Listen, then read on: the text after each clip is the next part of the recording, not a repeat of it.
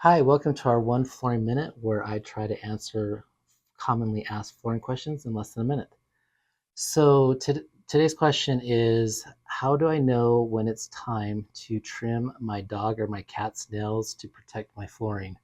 So, this one's really easy. If you just hear like their little paws and their little nails clicking on their hardwood or LVP or laminate, it's time to cut them.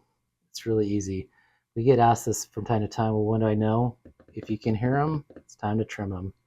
And that'll protect your flooring investment for a long time to come, and it'll make it less likely to get scratched. So that's today's question. Thanks for watching and have a wonderful day.